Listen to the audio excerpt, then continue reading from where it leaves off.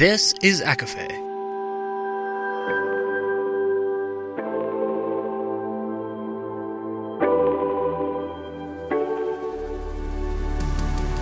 Laura Marie and Jessica Marie proudly present A Court of Fandoms and Exploration, a podcast. Fair warning, everything the hosts say is explicit, full of spoilers and adult content and shall not be used against them. They have opinions. Let's try not to drag anyone for expressing themselves and just have fun for an hour. We all deserve it. This episode contains one HOFAS spoiler with mentions of Fourth Wing, Divine Rivals, Throne of Glass, and Red, White, and Royal Blue. For full list, please see show notes.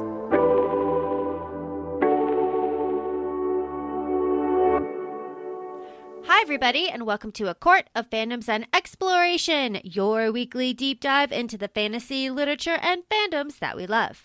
I'm Laura Marie. And I'm Jessica Marie. And today we are welcoming a very special guest and our friend Jackie from Bewitched Edges. And in honor of International Podcast Day, we kind of wanted to use our platform to highlight our friend and her business and really just highlight another small shop in the community that we love and appreciate so much. So welcome, Jackie. Welcome. Hi. I guess this is where I introduce myself. I'm Jackie. I am the owner of Bewitched Edges, LLC, which I just applied for my LLC this year. So it's super exciting. Congrats. Kind of feel super professional, but I still am like teaching myself as I go. I don't know, like I have been bewitching for, let's just say 2 years. And, for me, I do book edges. I spray book edges, but for me, it's more about really creating these beautiful edges that leave you bewitched and asking, how the heck did this bitch do this? And that's what I do. And I love to push the artistic boundaries and I love to challenge myself. And yeah, I mean, my work speaks for itself. I don't need to toot my own horn, but if it needs a tootin', I'm going to be tootin' it because it is much deserved. You should. And and it's always important. I feel like it's so easy to be advocates and cheerleaders for everybody else, and it's hard to be a cheerleader for yourself. So when you have to be that cheerleader for yourself, and rightfully so, you earned it and you've taught yourself the entire time. I mean, we know your background. We know how you got started, but share with our audience, how did you get started initially? Because before Bewitched Edges, we were Jackie of all trades. I was the Jackie of all trades. So I have to kind of go back to the very, very beginning when, of course, I was that typical millennial who read Harry Potter, read Twilight, went to college, and then didn't read anymore, and then yada, yada, yada. And it was Christmas of 2019. Steven wanted to get a gift for me, but he never knows what to get me for Christmas or anything. And he had went to Barnes & Noble on his own accord. Actually, okay, my sister was like, get her a book, make her love reading again. So we went to Barnes & Noble and asked, kind of told them the stuff I would read in college, and she directly pointed to ACOTAR. Oh, you were before it picked up too. Yeah. Okay. So he got it for me for Christmas, and I was like, oh, okay, cool. Didn't think, I had no idea, the book community, I had no idea any of this existed. And so I finally picked it up in January or February after I found out I was pregnant with my third child and we were on lockdown because of COVID. And I was like, shit, I gotta do something. And so I started reading, and then I started inhaling it. And then the second one, the third one, the fourth one. And I just, and again, I didn't know the book community existed. So I would constantly go to Barnes and Noble and I would find this employee. Steven told me she had green hair. I'd find her. I'd be like, what do I read next? Because I had no book friends. And then I found, I forget what her name was, but I found someone on Instagram, I guess. And then I found the book community, and then I kept reading, and then I don't even know how it started. I kept reading, and I know it was. Okay, now I remember. Okay, so I really wanted this beautiful painted Throne of Glass set, and we were in the process. Okay, so this was, I don't know what time it was. It was maybe 2021-ish. No, I don't know, maybe 2020, something. I'm sorry. And I really wanted this painted Throne of Glass set, but me and Steven were also in the process of buying a home and selling our current one because we had outgrown it. And he talked me down it, which I was like, I can sell this. I can do this. I really, really want this set. And he looks at like over my shoulder and he looks at the picture. He goes, why don't you just do it yourself? And then that gave me the green light to essentially teach myself how to use a Cricut, how to use an airbrush, how to just all the things. And so when I had started, I didn't even think it was going to be business. I thought it was just going to be me personally doing my own stuff. And I'm very typical, like I've always called myself the Jackie of all trades because I tend to have like be good at a lot of things, but I'm never like great. Like when it comes to a sewing machine, I'm only 4'10", but I know how to hem pants and make bow ties, and that's about it. Okay. I can like bake a cake or bake, like I can just survive on things, but I would never consider myself like an expert at it. And then I started getting good to the point where people were like, hey, can I buy this? And then I was like, okay, well, and then I started selling, and then it just kind of just snowballed. It got bigger and bigger and bigger. And now I do this. Now, like, my kids tell their friends that my mom paints books. Cause, before it was always like, oh, my mom just stays home. And now it's like, this is like a career. Is it a career? Or is it just me being a boss bitch? Or is it both? It's both. It can be both. It's both. So, yeah. And Steven always likes to take credit. He's like, you know how she got started on this. I'm like, yeah. But sometimes when he sees like so much books and all this shit coming in the house, he's like, I should have let you buy that damn book set. Well, and honestly, he started. So anytime he gets mad, you're just like, well, you started. It's your fault. It's your fault. Yeah. And honestly, it goes back all the way to 2019 because if he didn't buy you ACOTAR, would you have ever been this inspired? So no, not at all. Not at all. So yeah, thanks, Steven. Yeah. And you know what? We're going to say thank you, Steven, because everybody. You have customized us without just out of the kindness of your heart. You were like, and you've always said, you're like, I gotta cook. Yes. Mine's on my shelf back there. Like, you're like, just let me marinate in ideas and like trust in my process. And it was completely unexpected. It's beautiful. And that's kind of how you started. You were like, just marinating, and you're like, I have all of these ideas. And you still do that because you did that even most recently with your HOFAS edges, which you know how thrilled I was with like Arun and Lydia edge. I was like, oh my God. And then the biggest announcement that was like your white whale in a way was getting it authorized through Sarah's team. Congratulations again. That was exciting. Well, again, it's sprayed edges is kind of like, it's this gray area, and I don't think until recently, people have started either getting licensing for sprayed edges or getting permission, but it has become, I swear it was Fourth Wing, because once Fourth Wing came out and everyone wanted those edges, it just, you go on Etsy and it's all over the place now. And so I think that's when it came that people were starting to ask permission and starting to get licensing. And I knew because how, I like to let the book tell me what to do. So I include the quotes. I do the custom silhouettes. But again, there's that gray area. It's like, well, they are getting royalties from the book purchase, but also I wouldn't be able to create my art if it wasn't for their story. So I thought it was important for me to, at that point, stop and really reach out to these people. And it's hard sometimes because I'm just like, when I reach out to publishers and authors, there's this misconception that I'm making this special edition book, and I'm not. I'm literally just buying this book off of retail and I'm putting my artwork on it. So it's the artwork that is licensed. So it just,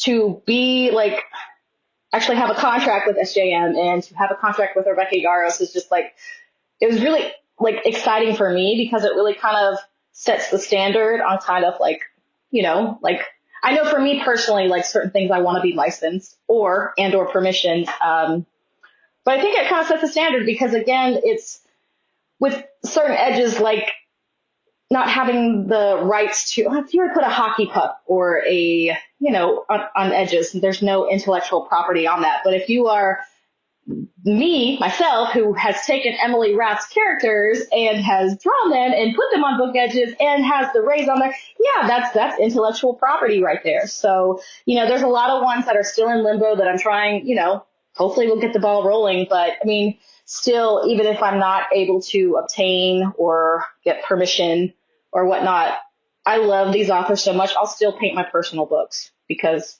I let the stories tell me. So for me, it's kind of like there's these like crazy bewitching edges I do, and then there's the wholesale painting for authors that I do. A lot of indie authors, but nothing gets me more excited than to like read a story and like, oh, I gotta draw it. Like, give me my iPad, I'm gonna draw it and be inspired. And sometimes it takes me a long time, like HOFAS, like 6 months, because it's so much pressure. And if I'm not feeling it, I don't want to put something out there. So that's why I don't have pre-orders for like certain things. Cause like, no, like there's a process. Like there's so much that like, this brain can just, sorry. No, there's a method to your madness. There's a method to my madness. So sometimes edges can come out like that. That was like Wisteria. Like I knew after reading Wisteria, I was actually out of town and I had my iPad. I was like, Steven, I have to draw this. Like, if I don't, I'm going to lose it. I'm going to lose it in my brain. But then HOFAS is literally picking the right quotes, the right pictures, I had to make sure my rune looked like rune. And I wanted to make sure, like, it was just researching all this. It takes a lot of time, but sometimes, but I don't know. I think that's what, and again, I don't want to say it sets me apart from the rest, but it really defines me and my brand and what I stand for. Not that I can't do simple edges. If someone comes to me and they're like, hey, I just want to paint it red, I'm like, okay, I'll paint it red. I'll just paint it red. But I always love to do the crazy stuff because I don't know. I'm just that bewitcher, and that's what I do. Well, you're talking about art. We're talking about iPads, and we're talking about paint. Tell me about like the like bare bones of this. So you have an idea, you put it on your iPad. Where did you learn to draw? Okay. How do I word this? Okay. Can I draw characters like Dominique Wesson or Mad Show? No, I can't do that. But I can take, like, I'll just, like, if I'm drawing a silhouette, okay, I will like literally circle head, kind of do the hair, kind of do the body, and I do a lot of erasing until I get it the way I want to. And if I'm looking for, I use a lot of, I'm not even going to charge you guys for this one, but I look a lot of catalogs, like JCPenney, like those like model catalogs if I'm looking for clothing, because it's not just drawing the silhouettes, because I mean, anyone can draw a silhouette, but I'm like, I have to, the creases in a jacket, I'm really particular if characters have like scars on their face. Like I really want, like if it's from Blood and Ash, when I talk about Poppy having that scar, like right on her eye, I felt that was very important, to have that in there, even though maybe not everyone would notice, but I notice. Okay. And like with Rune and his tattoos, I sat there and I was like, do I really want to like punish myself and do these tattoos? And then this little bewitcher in my head's like, bitch, you better do it because we need to know that it's Rune, because it could be anybody else. And I was like, okay, I don't want it to be Lucian. So I need to do these tattoos and I need to do the braid. And so yeah, a lot of it's just like taking a blob and just kind of like, or a lot of times like I'll steal like heads from other characters. Like I used Cassian's head a lot. I just kind of chop it off his body, and just so I don't have to start from scratch, and then I'll just kind of shape it. So yeah, I do a lot of Frankensteining, and I use Aylin's head a lot. Aylin's head and Scarlet, is it Dragna from Caraval? I use her hair a lot, and I just kind of like chop it off, put it on there, and then I just add things to it. I don't know what goes on my head sometimes. Sometimes I don't know how I get from A to B, or A to Z, actually. It's more like it. But you still created that, like, initial, yeah. like, it's not like, you that you just did. pulled this, like, you're just, like, making it more efficient for yourself. You're like, I made Aylin's head. Yeah. Now I'm just gonna use it again. Yes. Cause you share this a lot on your socials, like the behind the scenes of the layering and the piecing together. And now you're like, I've gotten all of these, like, the random shapes that you have that foresight to, like, to see. You're like, I would have never thought that wave would have wound up being a bang like that. Yeah. Like, and it's the tediousness of the layers, because you share your whole process. How do you get from the iPad to the painting process? What is that middle part? Okay, so I draw on my iPad, and then I save it as an SVG file or an image file, like a JPEG. And then I upload it to my Cricut program, which is, it's the thing that cuts the vinyl stencil. And there's so, like, I have to measure the book. I have to measure the length. I have to measure the thickness. I have to measure all that. And then I create this rectangle on my program on my computer. And then I insert the shapes. And then I get my machine to cut it. And so many times I don't measure the book, or I used to be really bad about this. I would draw this very intricate design and then realize, Jackie, you only have 1.25 inches to work with. And then I get sad because all my detail, I have to decide, like, well, what's going to get cut? But still, like, yeah, it's just, so I've learned that measure what you have. And there is a difference between paperbacks and there is a difference between hardcovers, because there's certain ones that, like, I can do it on the paperback. JLA from Blood and Ash is a great one. I cannot do that silhouette of Poppy and Dude. I can't do that on the hardcover. It's just too skinny. I would just lose too much detail. And so I just do it on the paperback. But yeah, so I get my machine to cut it, and then I put it on my book, and then I airbrush. And you're self-taught. Like you just picked all of this up. This is incredible. So what was that trial and error process? Like, because I'm simply asking because I could see myself just getting so frustrated and being like, fuck it, fuck this. Like, no, like, I'm not doing this. Throws Cricket across the room. Yeah, like, goodbye. Are you going to say you did this? Because that's even more exciting. So, I fucked up a lot of my own personal books. I actually went to, I go to the Goodwill or thrift store. I go to the Dollar Tree, and I would buy a bunch of books I would practice on. When I give people advice, I'm like, start with solid colors and then work your way up. I didn't do that. I was drawing and just I did not take my own advice. So I was like, ooh, I can do this. So I am one of those people, like, if I hang up a picture, I'm not going to measure it necessarily, but I'm just going to kind of put it on there and then, oh shoot, wrong hole. And then I'll patch it back up. And then I'll just that's just how I do things. Not that, but yeah, no, I've messed up a lot of books, and, I've had a lot when I was starting to get more comfortable and I felt like this is when I wasn't selling. I would ask my friends, like, hey, you want to, can I paint on your book for free so I can get some practice? And luckily my friends love me enough and do it. And I haven't screwed up anybody's book that way. And, but no, I made sure to mess up on my own shit first. A lot.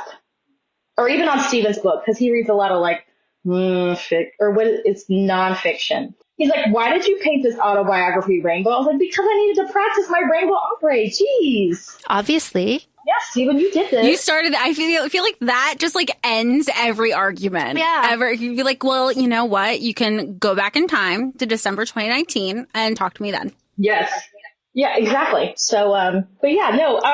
But I totally, it's one of those things like, God, I don't know why. I think it's just because Steven told me I could do it. And then even though he was just thinking, just do it, he didn't realize that I had to order an airbrush. I had to order I had to literally everything. I don't think if he would have realized, he probably listened by the set. Because it was a lot. I still remember when it was 7 Throne of Glass sets. I had to buy them, and then I put them on my Etsy.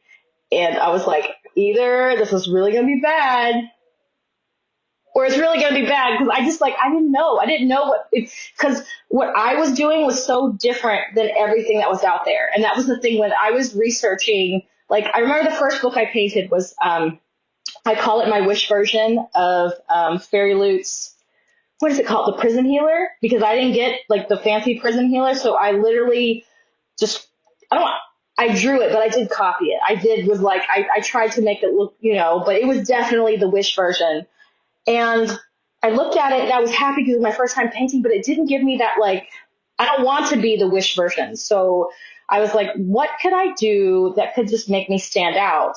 And I think the first silhouette I ever drew was the floating heads for the Cruel Prince.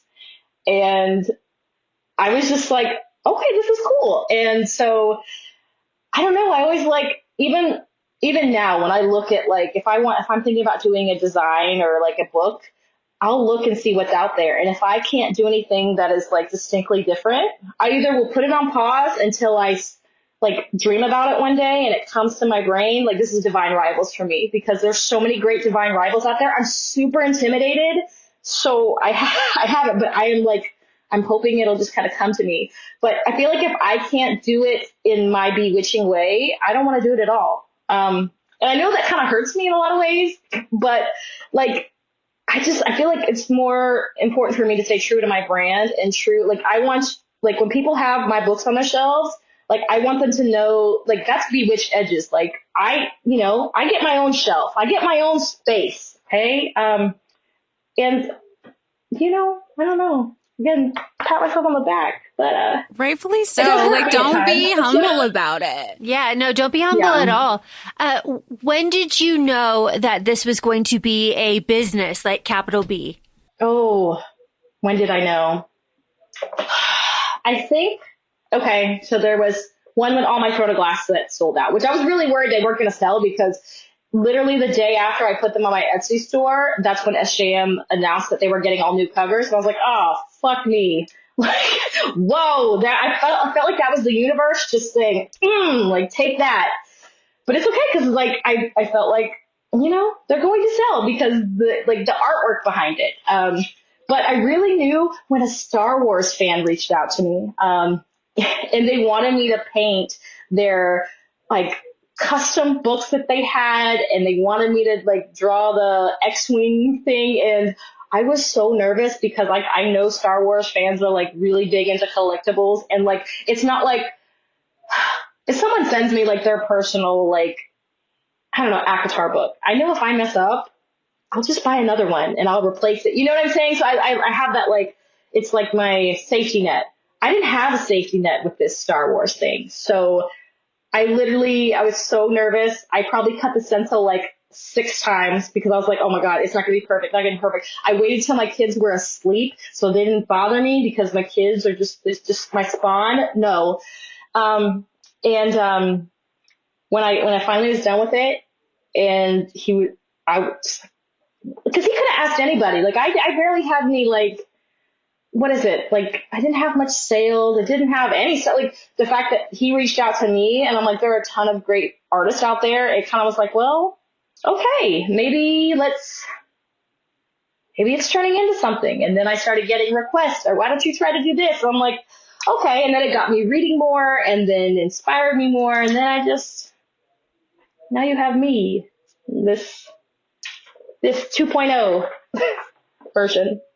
Do you ever read a book and are not inspired? Or, like, do you have to be inspired by the book, or does it depend on, like, if somebody reaches out for you to get, like, did you read the Star Wars book, or did he just, like, did that fan come to you with an idea?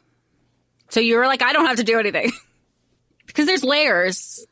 There is. And a lot of times if I've never read the book, I ask my clients, like, okay, could you tell me, like, are there any important colors? Are there any, like, weapons?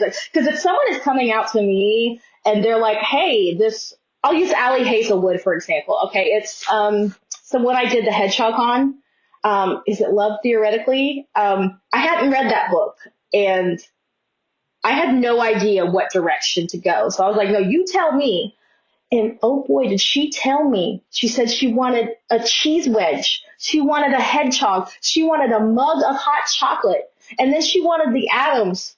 She pushed me, but in the best way possible, because I didn't know it's like, okay, so, and I knew that she had waited once it was recommended to me from a previous client. And so I knew she had waited for me to have time available. And I wanted to do my best to literally get her vision to life. I didn't know if I could, because a hot chocolate, a hedgehog, a wedge of cheese, like how am I going to do that?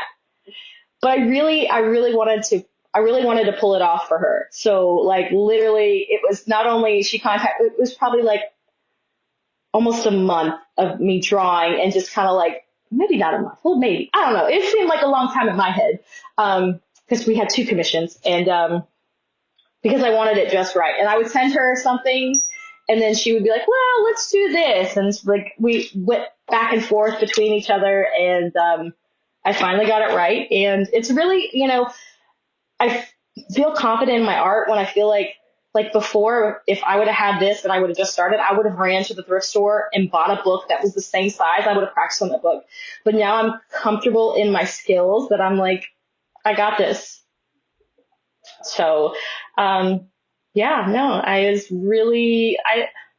love it when my clients challenge me. Sometimes I want to slap them, but I love them for it because especially when they're like, oh, it was my assistant Jen. She's at a Polycon when she wanted me to do M.A. Wardell's book, Teacher of the Year. It's not even an inch. It's probably like 0.85. Not even, I know this stuff because it's my brain. And she's like, a chapstick would be really nice, but she's like, it's probably too detailed for you. Bitch, like, did you just, And she made me do it. And then I was like, here, in your face. Did she phrase it that way to like light the fire? To be like, oh, it's too deep. Like that, like the reverse psychology of it. Like, you know what? Knowing Jen, she may have. But also, she did say, if you need to simplify it. I was like, if it's going to look like a chapstick, it's going to look like a chapstick. So, and then she wanted peaches on it because it's they do a lot of peach love. And I read Teacher of the Year too. I really loved. And I love Matt. And when I get to meet these authors in person, and I'm like, I just want to and they love my edges. And then I just, I love Matt. And so, I'm actually, that's one of the ones that's on the back burner is this one I've read, which is number 3. It's Napkins and Other Distractions. And I know in my head what I want to do. It's just having the time. And I know I want to put Legos on it. Don't know how I'm going to put Legos on it, but it's going to have Legos. And it has to have a peach because all of my Matt books have peaches on them because peaches are very important. So, did I answer your question? I don't even know. I go off on... No, you absolutely did. And always go off on tangents because we are all friends here. You're talking a little bit about like the nitty gritty of the painting a bit. Just a little bit more into that. When you are painting, are there certain colors that are easier to work with, or does some really like you just suck and you just don't want to deal with at all, but you need them, so you have to like kind of really, practice? Like, what is that like? Okay, so I know my strengths. Okay. And it's funny because like I have my other sprayer friends who like we do things totally different. And the one thing, and not that I can't do, but I can't do successfully. Okay. This is my weakness. I do not spray. I don't think I've said this on James. I don't like spraying metallics on top of other colors because this is why I say this because like I like it to stay like bold and true, and I'm really heavy handed, and so like I have messed up more books trying to spray metallics on top of other colors, and then my pages get stuck. And so if I have a friend who's like begging me, I'll probably still tell them no, but because I just know, like, I'm like, I don't want to screw up someone's book. I had a client reach out and she wanted I was like, I can do it like this, But I'll tell you with metallics, and also metallics are very, very tricky because if you're spraying metallics on top of other colors, they can flake off. And I want it to look like it's metallic. So typically if I do metallic, I'll do the metallic and then I'll put vinyl over it to keep it like protected. Like almost like painter's tape. Like I use it as painter's tape to like, cause I really want it to stay true, and then I will paint over it. But I have so many of my book friends, or so many of my spraying friends, and it pisses me off because they nail it. They nail it every time, and I can't. Or like the really intricate, like I have one, I swear, I'm like, oh my God, that looks so difficult, so intricate. And even though my designs look difficult and intricate, I do things to make it easier on myself. For example, like dots on eyes. If that dot is too small, no. I'm inserting a circle and it's becoming a bigger circle because I don't want to have to, I don't know. I'm kind of, I don't want to say I'm lazy, but I'm kind of like, no, that's too much work for me. Work smarter, not harder. Yes, but you can never tell. But with my work, because I'm very detailed, but also it's those like patterns. Patterns are not my favorite. I will do them, but there's so many times I will mess up and I have to recut it because I'm just like, I tend to miss those little mistakes. And yeah, so, but certain I won't, if someone sends me a book that already has like a painted edge, like I know a lot of publishers now are like painting solid edges on books. If it has any sort of metallic or sheen to it, I won't spray it. If the pages are deckled edges, I won't spray it. If it's, I've had books that came in and they were kind of ripped in certain corners, and a lot of times I'll reach out to the client and like, hey, this is what I can do because I've done them to my own books, but only if you're comfortable. And so I'll do my little bewitching repair, which is nothing but just, what is it, that really cheap medical paper tape to kind of just, like put a little Band-Aid on the pages. And just so, because I really want them to, if you don't do that, it'll bleed everywhere. And there's been times that I've had, I had someone send me their German fourth wing that was already painted, like the stock, whatever, the German fourth wing, and they wanted me to add stuff to it. And I told them, I don't feel comfortable. I am not the artist for you. I was like, respect, and she was totally fine with it. But I was like, I don't want to screw up your book. And if I don't feel confident going into it, I'm not going to do it. So there have been times where I've been like, yeah, I'm not going to do it. But also, I think it's very important to be transparent. And I guess that's what worries me is with so many sprayers coming out there, so many mistakes can happen. And if someone is sending you their personal, or if they're sending you an ARC or their exclusive signed copy, it's like, I don't know, like I want to make sure that I can, I'm confident in what I do. Where is your confident, happy place? Like you can just, I can sit down and I can do this art and I can paint this and spray this blindfolded. And it just brings me peace and joy. Ooh, so you're talking about my favorite book to spray? Or I've just done it so many times that it's... I guess it's a two-part question because you can have a happy book, but it might not... It might be a little bit trying. Yeah, it might not be the easiest. But then you have the one that you're like, eyes closed, can totally do this. I can, the kids can be running around and I still got this in the bag. Okay. So I'm going to, because it's really, it's cheating. So I'm going to do an SJM answer and then I'm going to do another book answer, if that makes sense. Okay. Can I guess the SJM one? Yes. Is it ACOSF? Yes! Oh, yes. ACOSF, I don't know what it is. I love, what does it for me is one, it's Cassian's Peach, but two... You work so hard on that, too. I work so hard. And then and this is where,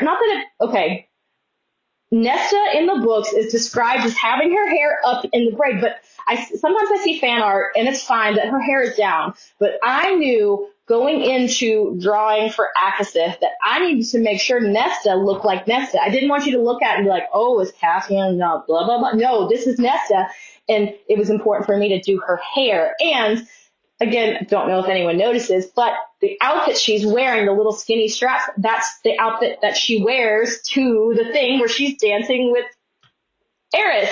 And it's just those little details. So I remember looking in the book and I was like, okay, so it's described as having skinny straps and like that she's, you know, and just the little things. But yeah, the hair, everything. So yeah, ACOSF, like that is my baby right there. So a non-SJM book that I can do with my eyes closed. I have to really think. I don't know. You know what gives me the most, like, red, white, and royal blue? That one, when people commission that, I love it because it's such a pretty edge. It's one of my favorites, and it deserves so much more hype, but it's such a pain in the ass. Like, I'm just like, why did I do this to myself? And it's like, when I'm done with it, I'm like, yeah, that's why I did this to myself. So, but you know what I have gotten really good at? And I have, is galaxy paints. If someone tells me they want a galaxy, like, and all it is where I mix the colors and I match it to the book and then I add speckles, and there's just a certain method in my head because I'm like, okay, this color is metallic, this color is matte, and then everything kind of, when I first did it, and it was for my assistant, Jen, it was for, Of Sunlight and Starlit, that's by Christina Lee and Riley Hart. It was so intimidating because when you're painting it, it looks like I just took, like my kid just splotched a bunch of things all over it. And but until you finally tie everything together by doing the little splatters, it looks like a hot mess. But now I can do these galaxy and I can color matching. And that's where I struggled in the very beginning, was trying to color match color. Now, I don't know, it's my head. My head just is like, you need a little bit of this, and a little bit of this, and then you get this. So that's one that I am pretty confident, like when people, okay, I got you. In the beginning, no, I was really scared. Do you eye it? Or is it like do you have like a machine that matches the colors? Or is it like a color theory thing? I tried to look up color theory. It's just a lot, especially if videos are like longer than 5 minutes. And then, it's kind of, so I eyeball everything. So I tell everyone when I do these galaxy paints, like when I do the Of Sunlight and Stardust books by Riley and Christina, every batch turns out different because I have to mix the colors the day of. I can't mix them and let them sit there. So like this first batch I did it was a darker kind of like really dark purple. And the next one was kind of like light purple, like tones. It just sets I don't know how to, they will never turn out the same. And that's what I love about galaxy books, is because like they're never going to turn out the same each time, because I can't, I sometimes have a little cheat sheet. I did for Riley Hart because it was just, I was amazed on how many people loved it, but I was like, I need a cheat sheet. So I'll actually take a Q-tip and dip it in each paint. And I'm like, do, just so I know what colors to mix, but still I don't measure. It's like I don't measure when I put shit on the walls. I just kind of like, it looks good here. Bam. All right, so we have talked a lot about the art side, and we've talked a little bit about the business side, but I'd like to, kind of dive into that just a little bit more. Running a business is something that I hope to never have to do because I don't have the skill to do that. What is it like being the bad boss bitch that you are and in charge of a business? Like, that is so fucking cool. What is that process like? Is it stressful? Oh, yes. I would recommend, if you start a business, have a friend that did it first, which that way they can literally, because I'm one of those like, I need someone to like visually tell me, like screenshot it or help me. And I have one of those. Madison, who is, she's at Custom Sprayed Edges, and I love her. And funny story is, she had I think maybe a month, maybe 3 weeks before I did, she had opened up her shop, and we connected, and she's like, girl, your shit's good. And I was like, oh, thank you. And she's like, you need to start selling, because those thrown glass sets are fire. And so for someone in the same kind of field that we're in, to sit there and just, say, bitch, you need to be doing this, and we've been super supportive of each other from day one, always. And I love that. With that being said, Madison she's like my professional friend. So when I need help, and she's one of the people I know I can like, hey, can you just help me? Can you point me? And then she's even sweeter because she's like, here, let me screenshot it for you, or screen record it. I'm like, oh my God, I love you. So it's always good to don't go at it alone. Like if you have resources, you have friends, utilize that. Like what kind of like websites are they using? What things are they using? Like I think use them as, I've always, when it comes to like small business owners, especially small business owners, women, or just anybody, it's just I believe like when the tide rises, we all rise. There's been several times where Madison couldn't take on a job because she was like too hectic, too busy. So what does she do? She sends them to me and vice versa. And so, I have Madison, who is like my I call her my work wife, and she helps me a lot. But also like she holds my hand, but she also lets me, I don't know, she's just super supportive, and I love that. So for me, it's just having to teach myself things, like having to, I like apply for, what is it, an LLC? I have no idea what I was doing, but also I had Madison to help me and walk me through it. But still, she can tell me all these things, but I had to ultimately be the one to find out how it works with my state and everything. So, it can only go so far, if that makes sense. But sometimes I feel like it's just spinning these little plates here and there. It gets very stressful, especially in the summertime when you become a snack bitch 24/7. And that's what I was. So, but now my kids are back in school. My youngest, who just started his little 3 days a week program, and that helps tremendously because it allows me time to kind of like focus and hone down. I'm still true to myself, especially if I don't know the answers to things I'm going to find out. But also everyone's like, I've interacted with some great people. And so there's been so many people and companies that have given me a chance when I feel like a lot of times I'm just this little fish, and I do feel self-confident sometimes because like, I don't know what I'm doing, and I'm having to teach myself along the way and as we go. So I'm very grateful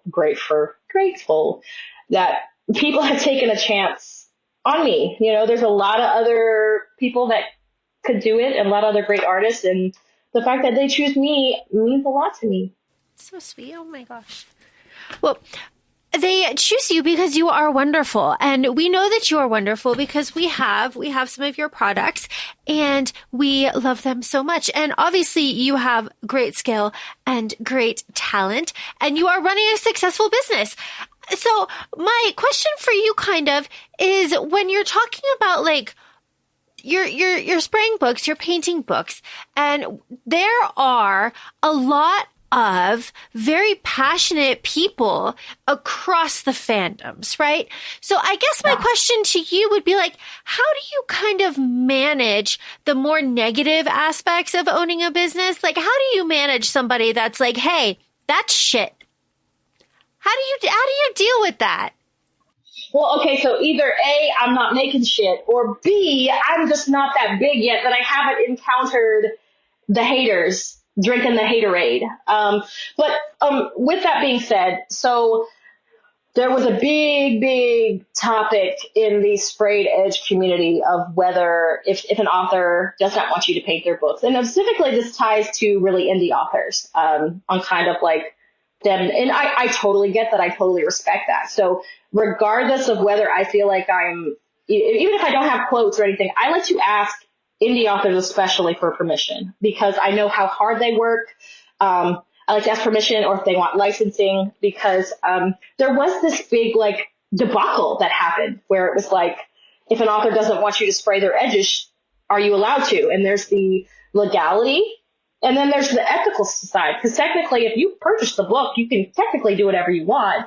But for me, if someone doesn't want me to spray their book and they would prefer me not to, then I'm totally fine with that. And so it was a big thing. So what I did, and again, this is where I try to this is what I decide as my business, as what I feel like is right. Because again, even with my sprayed edge friends, we all have different viewpoints on this topic. But I knew what I had to do for my business. So I actually, I didn't go viral for this, but I made a video on TikTok. I think I posted on Instagram too. Basically, and I disabled the comments because I didn't want people to put their 2 cents in, because to me, your 2 cents is, this is where I stand as a business. What you do is fine with you if you want to go about it this way, or your beliefs are this way, but no, this is what I'm doing as a business. And I basically said, I'm not going to spray books if an author does not want me to do them. And if they don't want me to do them, I don't need an explanation. Totally fine. I respect you, and I respect your books. I respect your work. I respect your everything. I'll probably still read your books. So I think that's where, I'm not about putting other businesses down or pointing fingers. That's just because, for me, I'm kind of I do me, and that's just where I stand. So yeah, that's what I did. I went on TikTok, made a TikTok. I didn't know what people were going to think of it, but it's hey, this is I know this drama has been going around, but this is what I'm going to do, and that is when I decided to take all my SJM books that were selling, because again, I was doing the SJM book because everyone was doing SJM books, so I should be able to. But I was no, I took them off my website and I waited. I was I'm going to wait for permission and or licensing, because that's where I wanted to stand. And it took a long time. I lost a lot of opportunity and revenue. I mean, I would still do personal commissions, but they weren't on my website, so people weren't going to my website. So it really hurt me. But I felt like it was important that, this is where I stand. And when I was seeing the viewpoints from other, why indie authors wouldn't want people to spray their books, I could they had valid points. And this is where it's there's no right, there's no wrong, there's just where you stand, and that's where I stood as a business and kind of what I was going to do going forward. And eventually I finally got under contract with SJM, which was huge for me, because I was that's if I don't, then I was really worried, because I was my whole business was just kind of, I don't want to say based off of, but it kind of was that was my start. That's kind of how it took off. Yes. So it took time. And again, because with HOFAS coming out and everyone, and again, I'm trying to communicate to publishers and communicate to authors what I was doing is a whole nother thing. And still, it's still a work in progress, and it's, for me, I don't edges will always be super important to me, but also it's kind of I have to think in terms of long term, how I would pivot if it, I don't even know. I got just things. I have too many things in this head. I want to do it all. I don't. But you do want to do it all, otherwise Yes, ideas wouldn't be there. That dresser I did. That dresser for the sisters, the Archeron sisters, and I love doing stuff like that too. But I'm good right now. I am good. I am working with a lot of a lot of authors. I'm working through commissions, so I'm staying busy. So I thought that having a bunch of people who started getting into the spraying game, which will happen. I have people messaging me all the time that are I love what you do, blah, blah, blah, can I get advice? I don't know. I'm a sweet person, because I knew I was that person. So if someone has questions, I'm going to answer them. And what was it? I even have an Amazon storefront link, which I'm not one of the people ooh, use the link in my bio. No, I mean, I get 3 cents per every $1, but it is helpful for people who want to go into it, and they might be a little self-conscious of asking me. I'm it's right there. Those are the paints I use. If you want more, then just ask me. You don't even need to use my link. You could just write it down on a piece of paper and search yourself, so I don't get no 3 cents off your 3 cents. I think I made $2 one month, but I didn't even look at it. That's just how, but I felt like it was a great resource for people who wanted to go into it. And then maybe to kind of this is all the stuff that goes into it. So it is a lot. It's a big investment to go into. So, I don't know. I get flattered when people get inspired. I mean, me inspire you? Oh, thanks. But I don't know. I'm just that kind of person. Well, you're very inspirational. You inspire us all the time. My last question to you about the business side would be, what was the licensing process like? Because I know it's like SJM, but also like Rebecca Yaros, and like everybody has their own, I guess, process, right? It's probably different for Yes. every author. What was that like for you? Okay, so again, it's the whole like the community and finding people, finding your resources. There's actually, she is the owner of Stonebound Script. She does I think that's her name. But her name is Michelle, and she does these like agate slices and the rock. I don't want to call them rock because they're really pretty rocks, but and she does the little sayings on the front. You know what I'm talking about. Yeah, and like can you like use them as like end caps or like quotes from books? Yes, I know. Yes. Yeah. Mm-hmm. Michelle is a great person, and she's one of the people I reached out for. I forgot what it was for licensing or something. And then she had referred me to a Facebook group that is all about answering these licensing questions. And it's so great to have one place that we can all come together. And it's almost like, hey, Allie Hazelwood, is she doing licensing? And then we're able to like communicate and kind of like help each other out on, for example, like the Twisted Sisters for Zodiac Academy. You have to send some offers require physical samples, some do not. Twisted Sisters is one of the ones that requires a physical sample. So it's something to note, especially like depending on the type of product you're sending or whatnot. So it's different for everybody, but it's so great to have a community who's like, can help each other out. So yeah, again, just, I just know people, but not really. I guess I have resources. We all love supporting you and your art, and you have so much vulnerability that I feel like everybody like just gravitates towards, which is how this community is like, it's a saving grace for so many and as a resource for so many and a safe space for so many. And you attribute to that. And of course, like people put their trust in you. Like, why wouldn't we want to help another, like somebody like us? And you create that. I love it when people like message me, and sometimes I'm too lazy to type, and I will send voice messages because like, it's just easier for me. We live for your voice messages. We love them. That's why we're like, we're just kind of hanging out today and just picking your brain about everything. Because again, it's so personal too. And again, when people meet me in person, they're like, wow, you are the same person you are in your messages. I was like, yeah. I mean, I am just, that's me. So, I love that. I haven't had so much negative stuff. But again, like, I don't know. What has been the best part of this whole adventure since it started? Oh my God.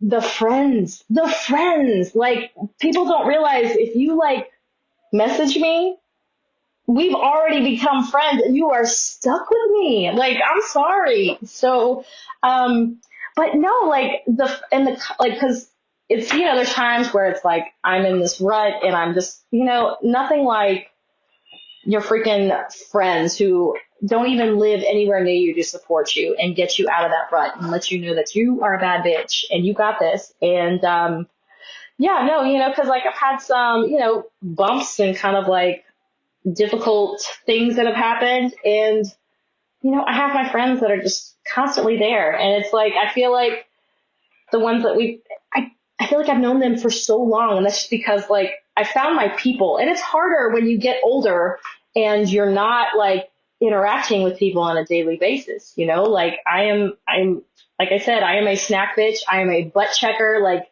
I am just that person. And so to be able to have like adult conversations and to get book recommendations and just, I don't know, it's just the love has continued to grow. And that's been the best part, if anything, I would say. Of course, the art and challenging myself, but like the people, because honestly, I even from like in the very beginning when I didn't know how to take photos, I would just message people and not know if they would message me back. Cause, you know, sometimes I feel like in social media, it's almost like things are transactional now, like scratch my back, I scratch your back. And so like, I guess sometimes I don't know what the etiquette is. So if I don't know how to take pictures or I want to know how you did something, I'm going to message you. If you read it and don't reply to me, that's okay. I was just asking. But, so I don't know. Like, I think it's just people have been more supportive than anything, even for the little things. Like, I'm like, how do you do this? How do you, you know, how did you edit your video? Like, and so it's just, yeah, I think that's been the big thing. It's just finding my people. The real lesson was the real gift was the friends we made along the way. Yes. And now you're stuck. I had a question because we know that you're based in outside of one of our favorite cities, and you know, this episode is coming out on September 30th.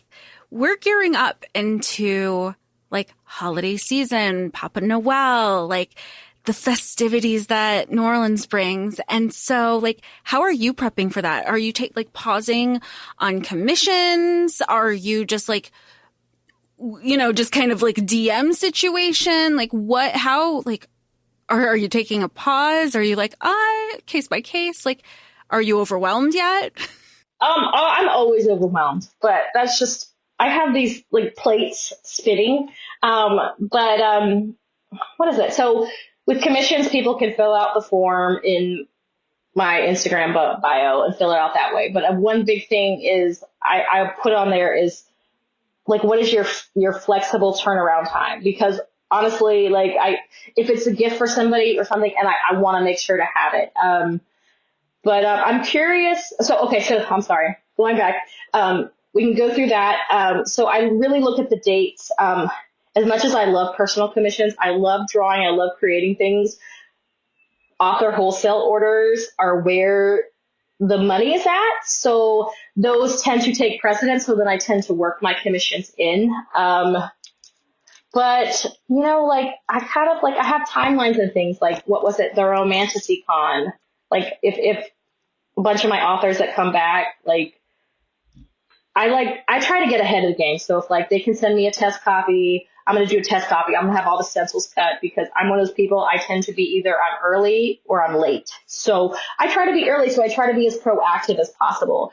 I am curious with the holiday season, cause how I will be impacted or cause like my commissions, I'm busy, but I'm not as busy as I was in the very beginning. And I think that's because there are more sprayers out there. There are more, publishers are getting the sprayed edges, the special edition book boxes. The economy. Yes, the economy, special edition book boxes. So I don't know how busy or not busy I'm going to be. So I think I'm, because when I first started, like I would do SJM drops and they would sell out in like 5-10 minutes. Now, not so much, and that's okay. So I think probably next year is probably when I'm going to look into doing made to order rather than because right now, because I was so used to like doing things and them selling out like crazy, and now they're not selling out like crazy, to do it as a made to order basis so I can kind of, you know, have a turnaround time. So I don't know how it's going to impact me on holidays. Honestly, this is definitely going to be, I know I'm going to be busy with my authors because as much as like all these book boxes are coming out, man, there's events everywhere. There's always an event, always something going on. That's the thing. There's a new one being announced almost every month, and next thing you know, it's sold out. And we were like, when did this exist? We only heard about it like yesterday, and it's sold out already. So yeah, no, yeah. And when it comes to these events, I have to be very selective because of my tiny humans. And because I don't have family that lives in the state that can help me out with the tiny humans. So Steven has to take off. So it's like a team. So I can't go to as many as I'd like to. So I have to be selective on kind of like what events make sense for me timeline wise and all that stuff. But yeah, next year I will be at Vixens and Villains in Dallas, Texas. And that is, I think it's September. I know It's in my head, but I will actually be spraying books live, which I'm super excited for. Yeah, That's I'll cool. bring my little machine. I'll have my portable airbrush booth, so I won't necessarily have as many books with me to stock. But if people want solid edges, like that's where it's at. So that'll be really exciting. Oh, that's so cool. And you're like, here's a live demo and here's your copy. Thanks. Yeah. Money, please. So, ta-da! This is how the magic happens. So, yeah, I'm really curious because I know my girl Madison has been spraying live at events, and I think that's just, again, she does it first. She tells me all the wrong things, and then she tells me, yeah, because that's what we do for each other, because I love her, and she is my work wife. So, yeah. I'm just in awe of you. I know. It's amazing. Well, thank you. It's amazing. And you have already, because you are just so good, you have already preempted our next questions, which would be, Yes. Where can we find you? You mentioned some events that you're going to, but, socials, all these things. How can we get in touch with you? Okay, so Instagram is my bread and butter. That's who shows me the most love. It's bewitched.edges. And you can also find me on TikTok. Again, TikTok, not so much love, but it's okay. I think I'm almost reaching 2K. But yeah, and you can find all the links there, all the links to my commissions. If you're an author, a small business publisher, which I have worked with publishers before, so it's been really cool. It's really cool to see like publishers wanting to do like smaller scale things. Because yeah, like they've got the big bucks to go get a ton of books printed, but what if they, like for a Polycon, I was able to work with Casablanca and Bloom Book for their event, and those things like sold out. People were coming to my table, and it was just a little event, or it was a big event, but it was just like a really small exclusive that was happening at a Polycon, which was really fun. So, but yeah, businesses, people, you can find me Instagram, bewitched.edges. I will be at Vixens and Villains. I'm sorry, I can't remember. You'll know, yes. But that's where I'll be next year, and maybe more. We'll see. So, but yeah. We'll make sure that we and keep us posted, because we love every time you tag us, we're like, share, add to story. Because because it's the easiest thing to just add to story. I don't know why more people don't do it, because why wouldn't we want to support everybody? But here we are. Yes. No, I love, well, and again, I think it's, again, with Instagram, it's been harder because people, even that follow me, aren't seeing my content. I don't know what it is. Like my content is not getting pushed to They changed it up again, apparently. They're always looking for oh, you guys got the algorithm down. We're going to screw you over and try something different. I don't know. Nope. I can't. It's too much. It is a lot of pressure. And you were again, like I said, you're so transparent. You even posted something on Instagram where you're like, even my search is turning into a not fun place. I just want to have fun and look at pretty things.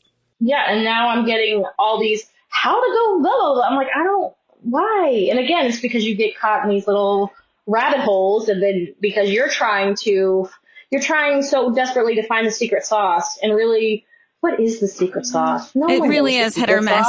It's, yeah. I mean, I'm still waiting to have my moment. I think when I did the painting reel for the, your podcast book, that was my first taste of this is what it's like to go viral. And it wasn't even viral, but to me it was so to us it was. We were share, we were what is happening? This is so cool. We were both we were living at live time. So yeah. It was but that was amazing. And I think it was was it sublime? Who knows? Was it the D in the writing? Could be. I mean, it could. I mean, we don't know. So, but still, I think it's just, but again, what I've loved about my growth, and it's been a more organic, more slower growth, is I've been able to connect with people and have these actual intimate conversations to where if they comment on my videos,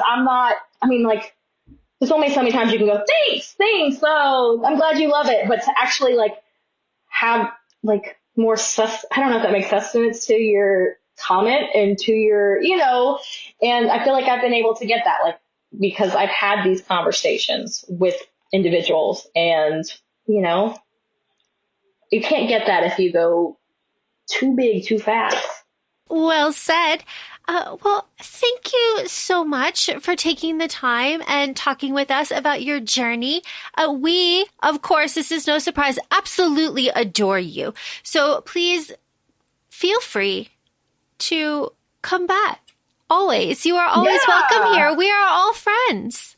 And even if you want to set up time, we don't even have to do an episode. We're just going to hang out. Yeah.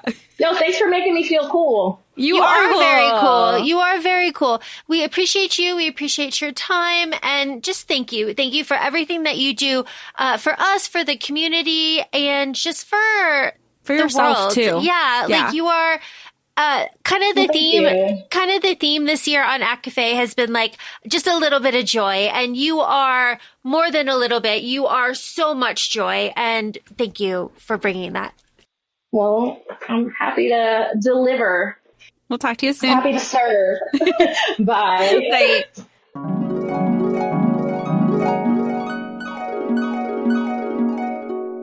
And as Jackie mentioned, make sure you follow her on all of her socials. We'll make sure that's in our show notes. And as always, please feel free to follow us. We're on Instagram, ACOFAE Podcast, and we're both on TikTok, ACOFAE Laura and ACOFAE Jessica. Thanks so much, and we'll talk to y'all soon. Bye.